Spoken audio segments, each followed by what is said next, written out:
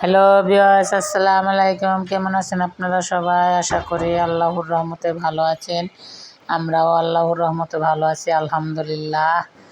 আজকে অনেক বড় বড় তিনটা ইলিশ মাছ এনেছে আমার মেজো ছেলে। বড় ছেলে কয়েকদিন ধরে বলতেছে যে এই বছর ইলিশ আনো না, ইলিশ বাজারে যাওয়া হয় না, আবার আমি অসুস্থ ছিলাম, তার জন্য এখন মেজো ছেলে তিনটা ইলিশ নিয়ে আসছে। কেটে ধুয়ে ডিমগুলোর সাথে সাথে ভুনা করে দিছি, ওইটা স্কিপ করে এসে দেখাইনি আপনাদের। এখন মাছগুলো সর্ষে দিয়ে রান্না করবো। তিনটা আনছে তো দুইটা রেখে দিছি, আর একটা সর্ষে দিয়া যে সর্ষে ইলিশ রান্না করব। দেখুন কিভাবে মাছটা একটু হালকা ভেজে নিচ্ছি। কড়া ভাজলে তো আবার মাছ হবে, মাছের সব তেল বের হয়ে গেলে মাছটা তো মজা লাগে না। সর্ষে দিয়ে একটু হালকা ভাজা দিয়ে নিলে মাছটা ভাঙে না, সুন্দর। একটা মাছের 7 পিস মাছ হয়েছে, কিন্তু একটু বড় বড় পিস করছি, তার মাঝখান তো আবার কেটে নিছি, একটা লেজ মাথা সব দিয়ে দিছি। দিয়ে সুন্দর করে একটু ভেজে নিচ্ছি হলুদ মরিচ মাখিয়ে। এখন নতুন যারা রাঁধুনি আছেন দেখবেন, একবার অনেক সহজভাবে রান্না করতে পারবেন।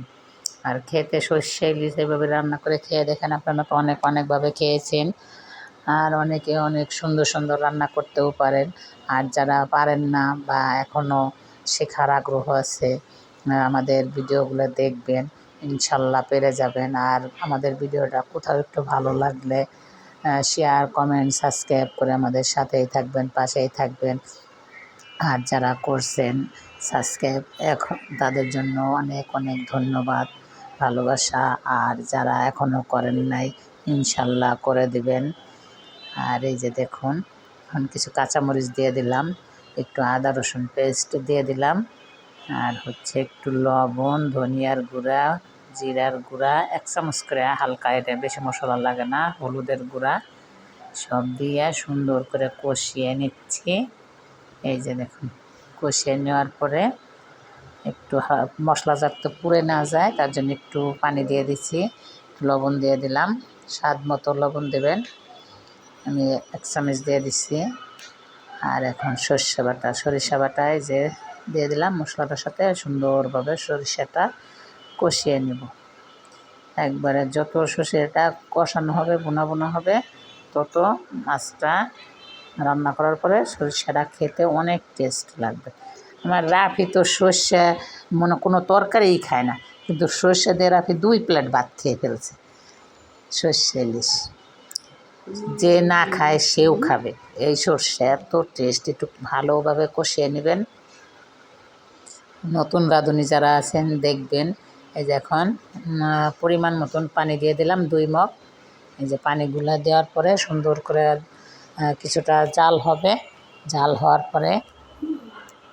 হওয়ার পরে এই যে এখন মাছগুলো একটা একটা করে দিয়ে দিব, মাথা দিয়ে দিলাম, মাছ যা ভেজে রাখছি সবগুলো মাছ দিয়ে দিব, দিয়ে সুন্দর করে জাল পারবো। মাছটা জাল হবে, সরিষাটাও জাল হবে।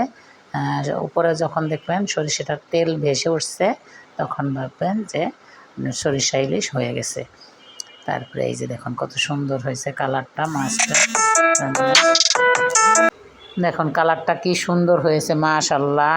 দেখতেও যেমন সুন্দর, খেতেও আশা করি ভালো লাগবে। আজকের মতন এতটুকু। আসসালামু আলাইকুম, আল্লাহ হাফেজ।